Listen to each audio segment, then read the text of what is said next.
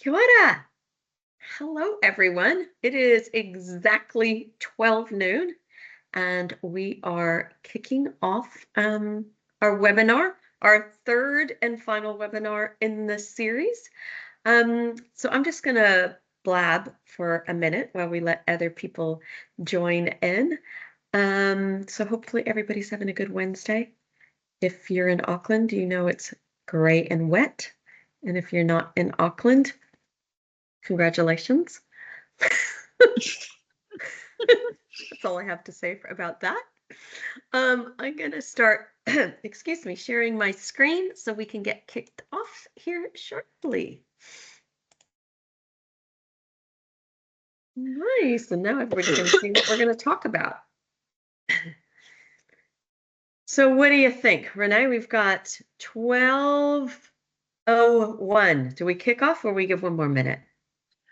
I mean, I can add 2 cents in to fluff some time to allow people to join.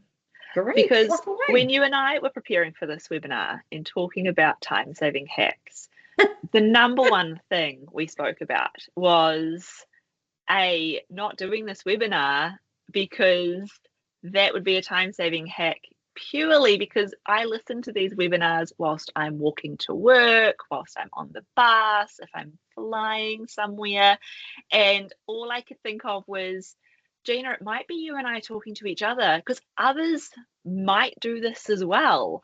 So if you are listening to this recording, gold star from me around stacking your webinar listening with a commute or housework. So you go and continue doing that. I highly recommend. Fun little fact, stacking these things into your mundane chores. Going for a run is a great time when I like listening to a webinar. Depending what it is, I run further because it's exciting and interesting. Or you're trying to run away from it? Or, yeah, I just want to get this thing over with. It's a great distraction sometimes. So, yeah, like I said, I wanted to do a shout out to anyone listening to this whilst they're doing something else, because that is my number one time-saving tip, and it's stacking those stacking tasks where possible. So, yeah. Love it. Okay, so then I'm going to counter that for those people that are watching it. If you're watching it live, please go up to the top of your screen to where it says view and click on speaker mode. If you'd like to see us talking, or if you're enjoying seeing everybody's faces at the same time, stay there. So let me kick off because we have now jibber-jabbered for 3 minutes. And time is what this is all about. So let's keep to time.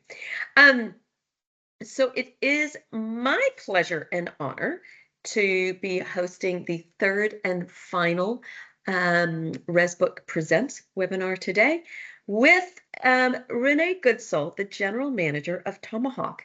And Renee and I have done, wow. Renee and I have done how many webinars together, Renee? Pick a number. I mean, I've been here 8 years. We probably do 2 or 3 a year. So, oh, what about during Qualmark, during COVID? Yeah, because I think we did something like 40 together during those 3 years. Yeah, that's true. Some of them are in person, but yeah, I mean, up near 50. Let's run with that.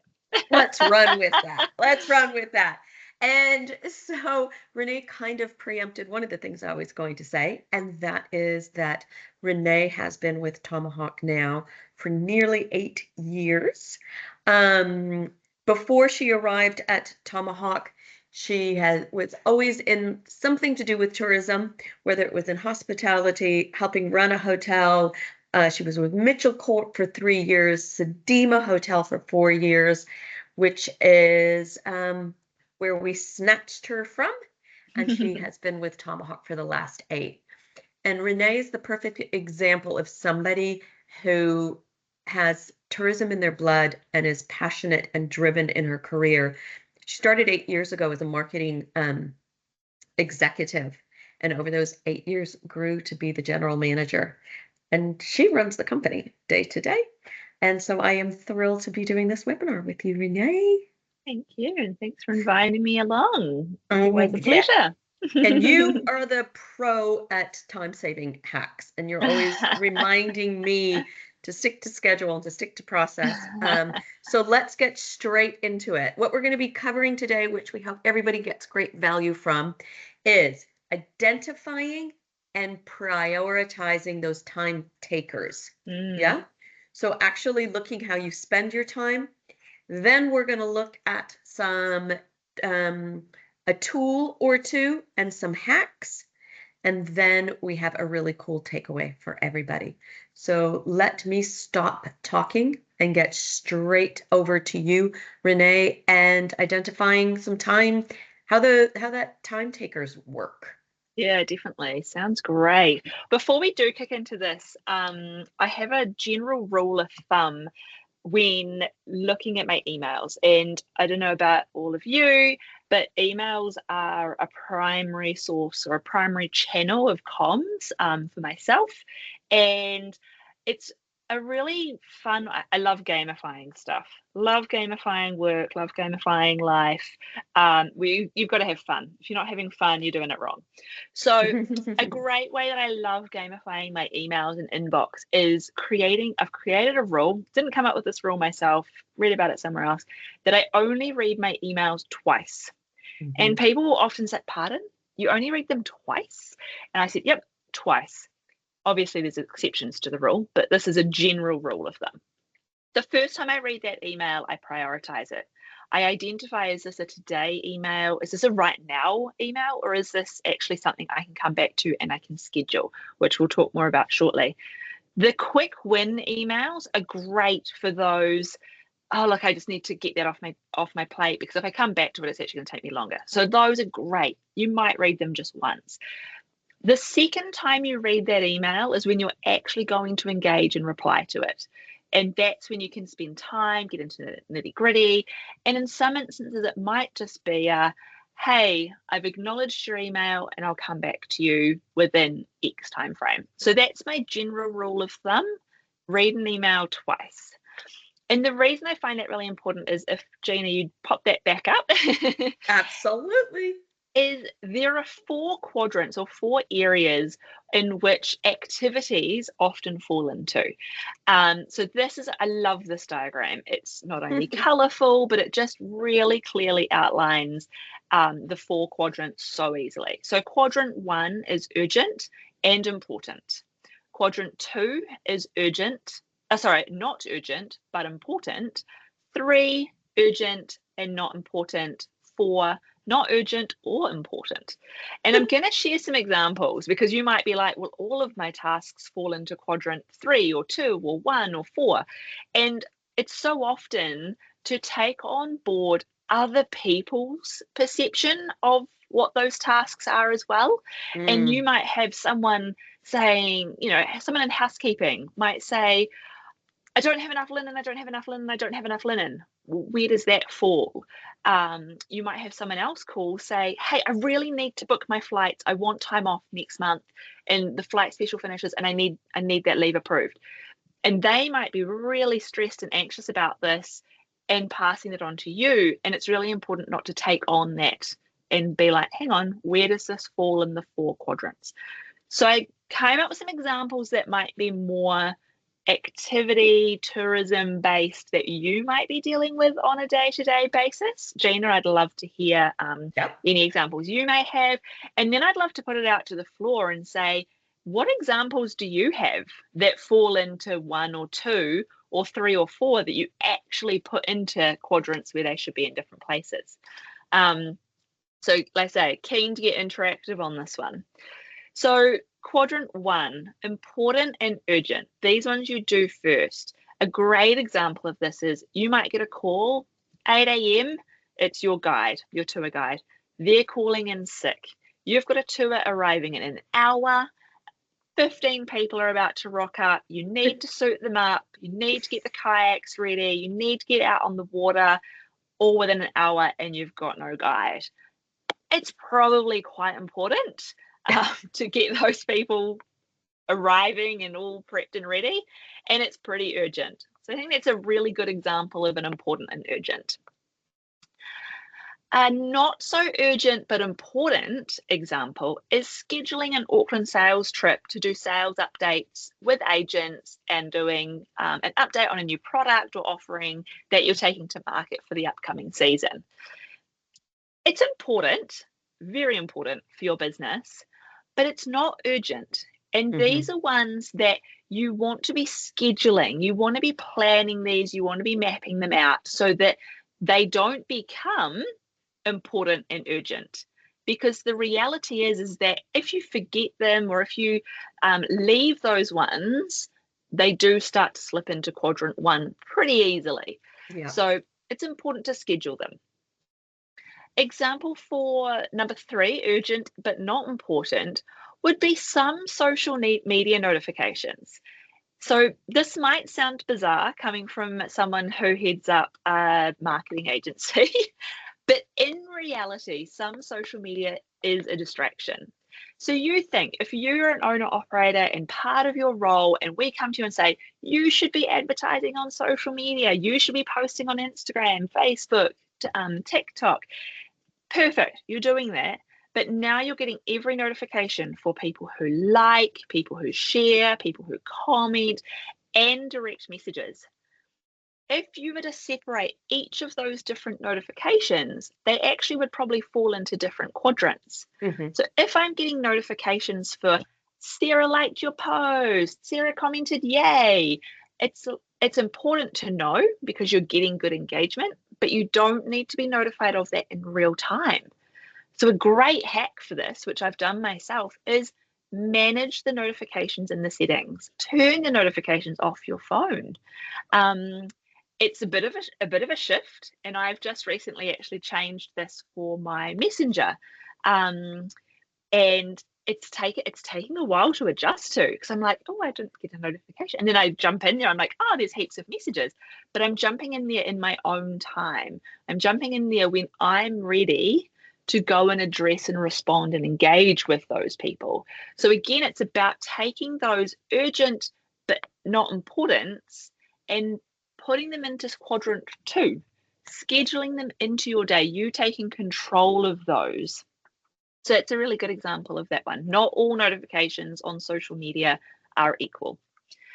And then the 4th one, not urgent, not important, nice to have, often something that distracts us from our BAU, what we should be doing.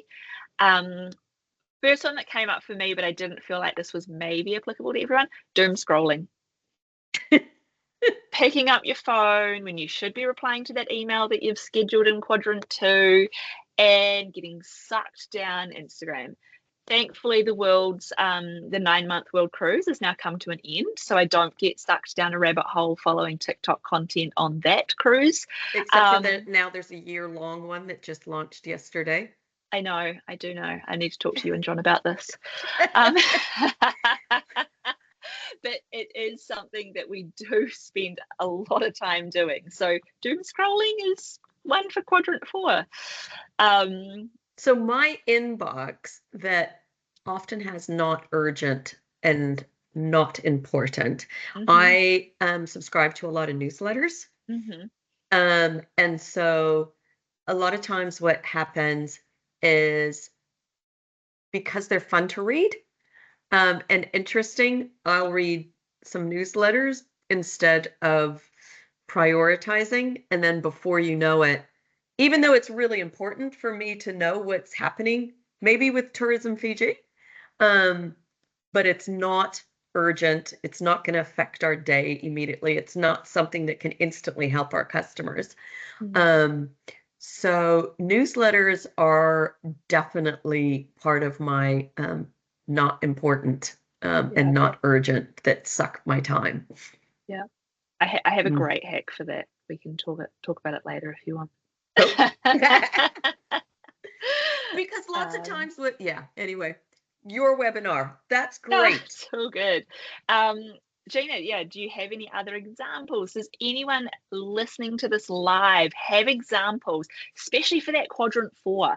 What do they feel that they get sucked into that they're like, whoops, there goes an hour, would love to hear some examples. Would love to help you demystify and kind of, like I say, create little hacks for you. So if you have got those, pop them in the chat. We can come back to them during the Q&A. Yeah, would love to help you manage your time. So how often is it a habit for you now to think of these 4 quadrants? Definitely. Yeah. It took a while, and I am someone who I'm a people pleaser. Anyone who knows me knows that I will say yes. If someone comes and asks for help, if someone says, hey, can I do this, or can you help with that? 100% yes. Yes is always the answer. And often especially when I was an account manager, I would take on a lot of people's stress and their urgency, be it internally or externally. And so it took a lot of personal, almost training. It didn't happen overnight. It takes time. It's like, training for a half marathon. You've got to continue to practice this behavior. Yeah. And so it took time, but I then was able to take a step back and say, okay, what are they really asking? What's really in front of me?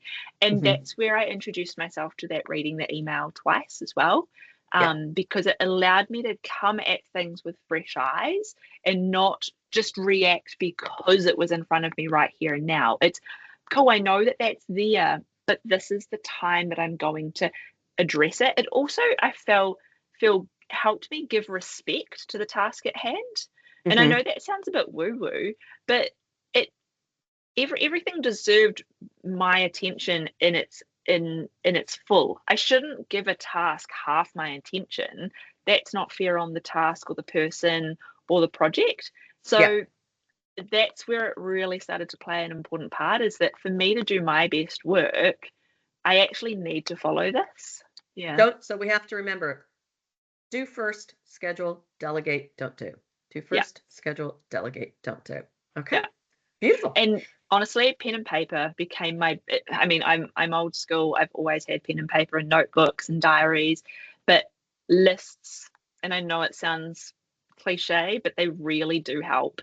It's the first thing I do when someone comes to me in the team and says, I don't know what to do first. The first thing we do is write a list, and it's in no particular order. It's just get it out of your brain and put it onto paper. And then I mark them 1, 2, 3, 4. Yep. Yeah. Beautiful. Love that.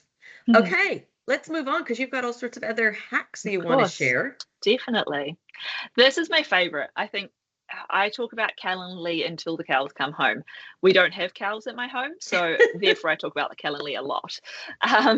Calendly is it's free. It's a great tool that allows you to share within your control your availability, and allows customers to book time with you. I say customers, it could even be your team.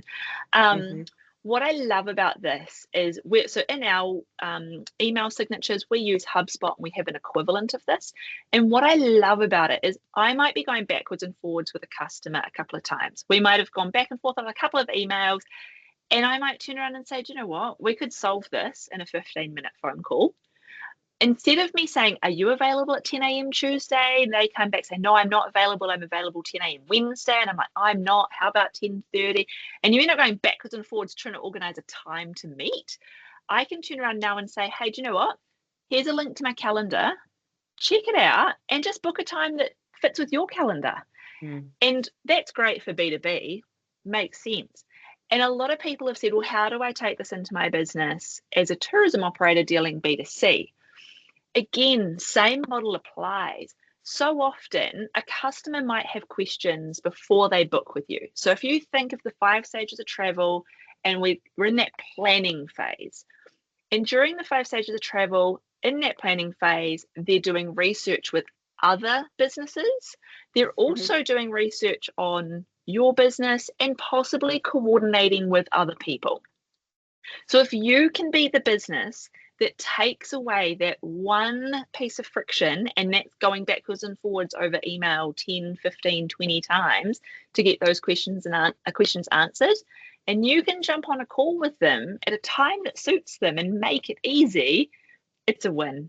It And really is. so often Yeah. people will say, the moment I talk to the customer about our tour, it's sold. That's like getting them on the phone is the hard part.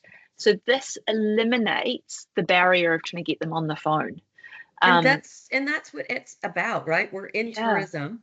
We're a people person, a yeah, people-led industry. And think of yourself, think it not as a business owner or somebody at work. Think of yourself. If you were able to just go, if somebody said to you, hey, let's just talk about what house you want to rent. Let's talk about what tour you want to go on. And gave you you give their time, make it hmm easy, and you're hmm personalizing it. hmm It saves you time in the long run from all the back and forth of the emails. Yeah, yeah, 100%. So the QR code does take you straight to Calendly. You can jump in, sign up, have a look. A great place to put this is on your contact us page. So if someone's going to go to your contact us page and fill in your contact form, 100% they can still do that. But if they want to book a time to chat, that option is there available. If they're in a different time zone, it converts to their time zone. It's super user friendly for both parties, and you as an operator can really manage your availability. You can say, I'm only going to offer 15-minute time slots.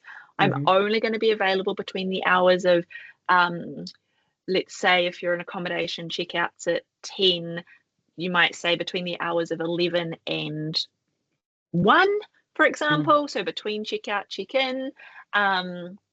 You may have an evening slot that's better suited to a different time zone that you're offering, or people who are working and can't make that call during the day. So you can be in control of that, which is just an amazing way of, again, reducing that barrier. And again, it's free. Yeah, great. Cool. Now, your favorite. It wouldn't be a webinar with Renee if we didn't talk about If Google. we didn't talk about Google, it wouldn't be a webinar with Renee. Love Google. Definitely drank the Google Kool-Aid when we were working really closely with them, and have continued to do so. Have you Which a Google shirt on right now, by the way? I do have a Google shirt on right now. Yes, yeah, I do. Yeah.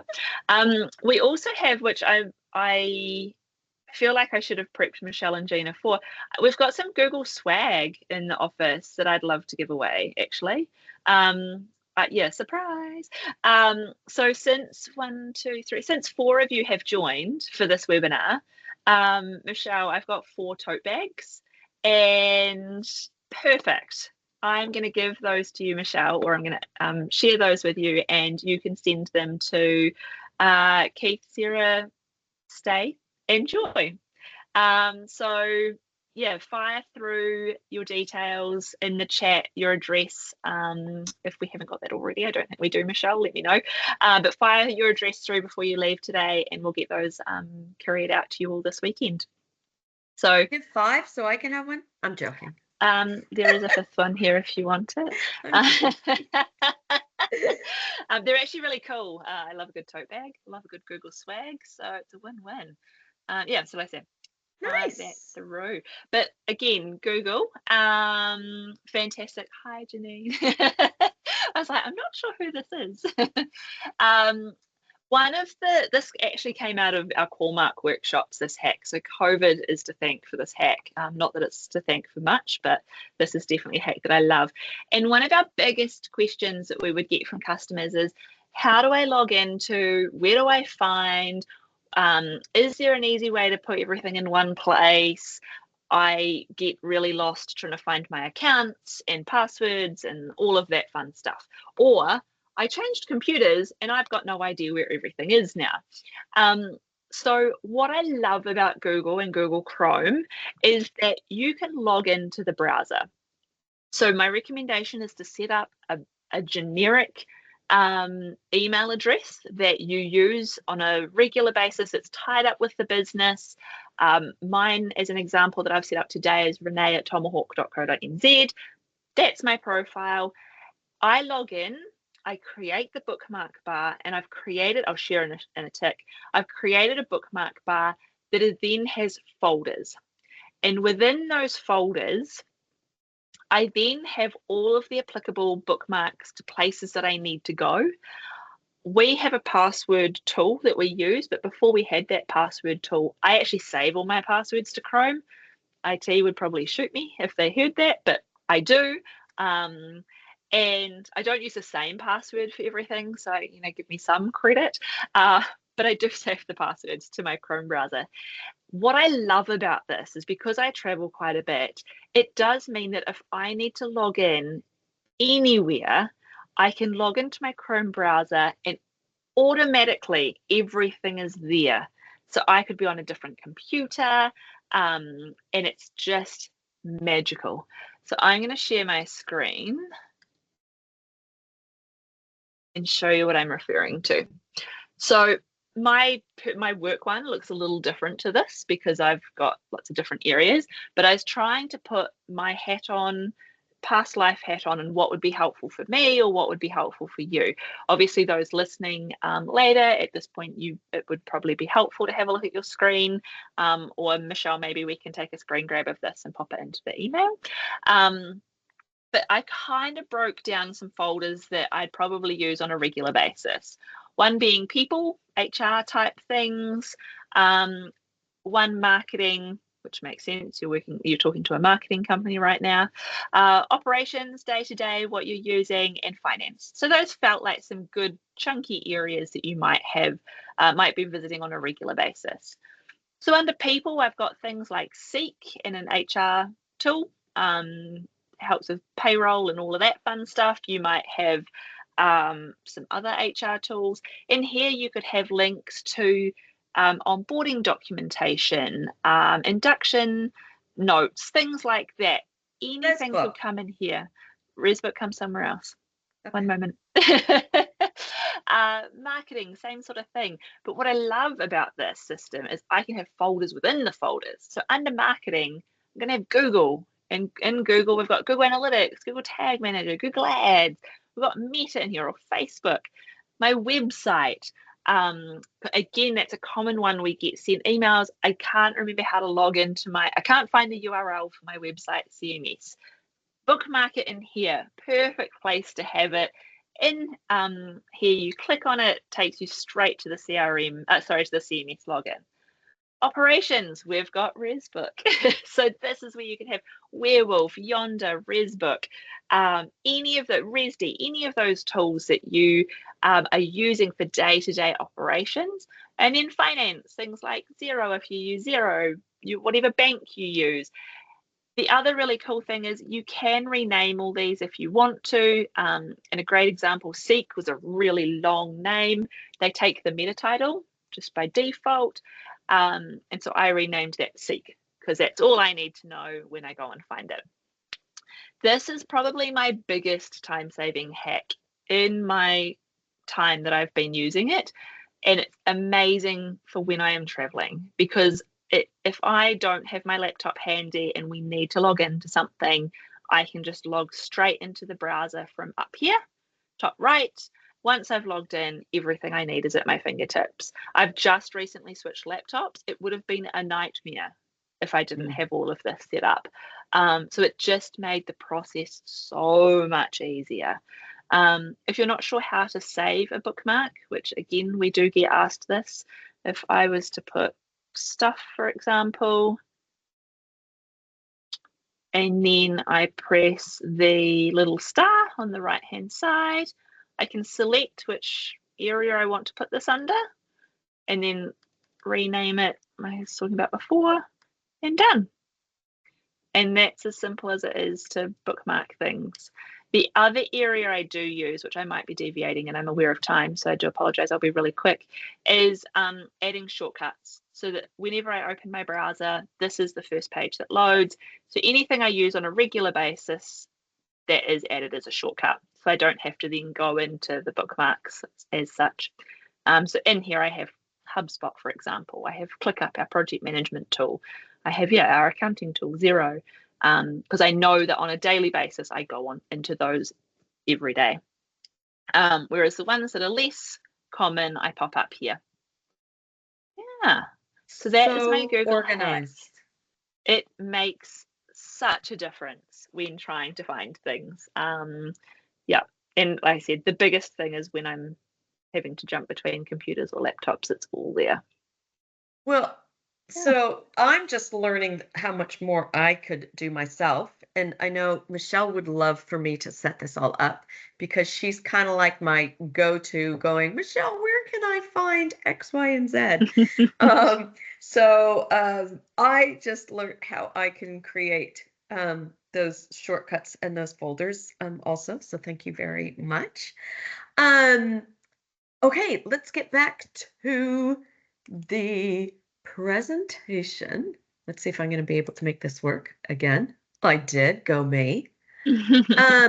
So I know we only have a few people live with us today. If you do have a question, let us know. We do have a takeaway that we're going to be sharing with everybody after this. So when you get the recording, you'll also get that 4-quadrant worksheet to kind of remind you. And also, everybody, have we got everybody's names in the chat? I think we do. Mm-hmm. I think we do. So everybody knows who's going to be getting a Google bag. So in the essence of time-saving hacks, we can give everybody back what? 8 minutes of their day. As a perfect, Renee hates when I say this. Whenever we end a meeting soon, it's like, oh, you got 8 minutes back in your day. As a time-saving hack, we can end this early. Everybody can go look at their Chrome setup and maybe Calendly save themselves some time with that. Any parting words, Renee?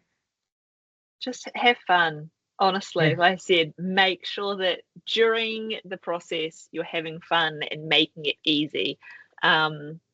Yeah, if you're not having fun, you're doing it wrong. So That's right. would also love to, if you're not part of the Facebook group, would love to actually see you join the Facebook group and share a screen grab of your Chrome bookmark bar setup.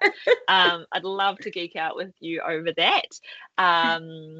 Yeah, people make them colorful. People have added different names for things and been really creative in the past when I've had this conversation with them. So would really love to see some sneaky snapshots of what you've done with your Chrome bars. Sneaky snapshots on Chrome. Yeah. Amazing. Thank you, everybody, for joining our last ResBook Presents in this series. Wishing everyone some time-saving, I guess everybody can then decide what they're going to do with their time, since now they're saving some time. And a great summer season, everyone. We will see you in our ResBook newsletters. So those won't stop, but this is the end of the series for our webinars. And kia ora, and thanks for joining. Sounds great. Thanks, everyone.